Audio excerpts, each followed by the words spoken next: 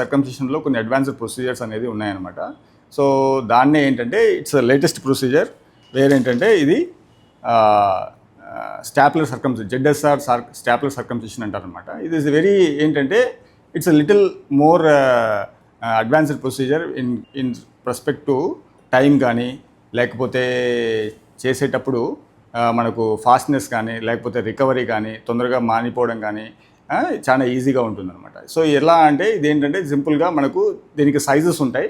ఇది వచ్చేసి 32 size. So ఆ విధంగా మనకు పెనిస్ యొక్క సైజ్ బట్టి మనకు ఆ రింగ్ బట్టి మనకు సైజెస్ అనేది ఉంటుంది.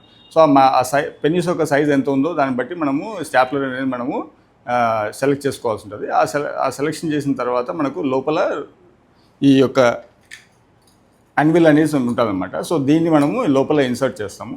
ఈ ఇన్సర్ట్ చేసిన తర్వాత దీన్ని లోపల అవుటర్ షాఫ్ట్, ఇన్నర్ షాఫ్ట్ మనం ఇన్సర్ట్ చేసిన తర్వాత వన్స్ మనము ఈ ప్రెప్యూస్ని ఏదైతే ఉందో టైట్గా ఫిట్ చేసిన తర్వాత ఈ స్టాప్లర్ ప్లస్ ఈ సిలికాన్ రింగ్, లోపల ఒక సిలికాన్ రింగ్ ఉంటుంది. సో ఈ స్టాప్లర్ కమ్ సిలికాన్ రింగ్ రెండు అట్ ఎ టైం ఫైర్ అయిపోతాయి. సో వన్స్ ఎప్పుడైతే ఫైర్ అయిపోతుందో దే గెట్స్ లాక్డ్, తర్వాత ఈ బ్లీడింగ్ తర్వాత ఇవన్నీ ఒకేసారి కట్ అయిపోతుంది. సో దీనివల్ల ఏంటంటే మనకి ఫాస్టర్ రికవరీ ప్లస్ రెండోది ఏంటంటే బ్లడ్ లాస్ కూడా అనేది very very minimal. So blood loss అనేది అసలు ఉండదు అన్నట్టు.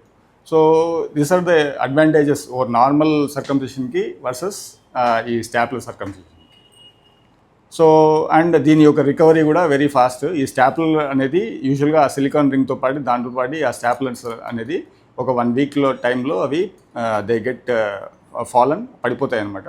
అండ్ వాళ్ళకు ఆ రింగ్ అనేది కూడా నీట్గా ఒక కాస్మెటిక్గా మనకు చాలా హీలింగ్ అనేది ఫాస్ట్ ఉంటుంది అండ్ నీట్గా ఉంటుంది.